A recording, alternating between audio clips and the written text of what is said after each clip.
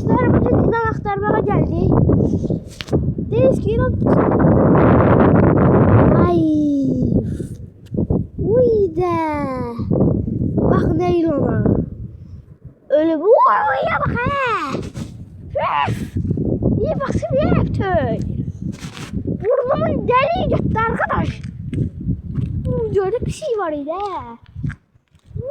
Allah bir şu öldür bunu neyse. Allah bir şu öldür bunu. Başka şey aktaralım. Ya başka şey değil yani ilan. Ben aktarmak istiyorum ama ben yine aktaracağım. İlan gören kimseye göstereceğim sanki. İlan sesi eşitti. Yani yalan diyeyim düz eşitti. Burada eşitti kalın bir ilan sesi.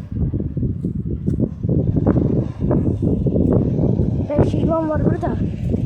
Ses eşittim de. Neyse bilmiyorum. Şuradan kimi çekeceğim. Geldi buraya geldi. İlan var yoktu. Artık olmalıdır.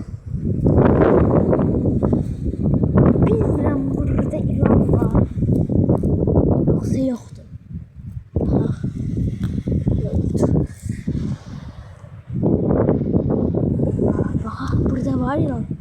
Gören kim tutma abi ya. Gören kim ha. İlan dersi var. Ama özü var yoktu bilmiyorum.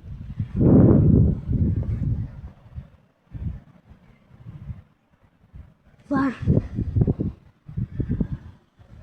Var da sen. Var. Gördüm he gördüm. Kaçtı gitti. Çok tez gitti. Koyak bu çıksın. Koy o çıksın. Sonra gitsin. Hayata bu manzarayı ben görmeyeceğim.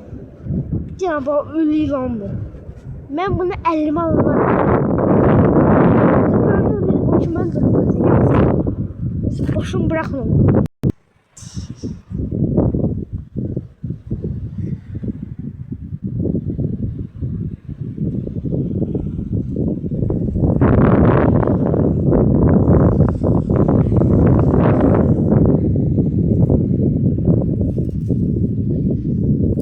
Yoktu ya. Sessizce geldim.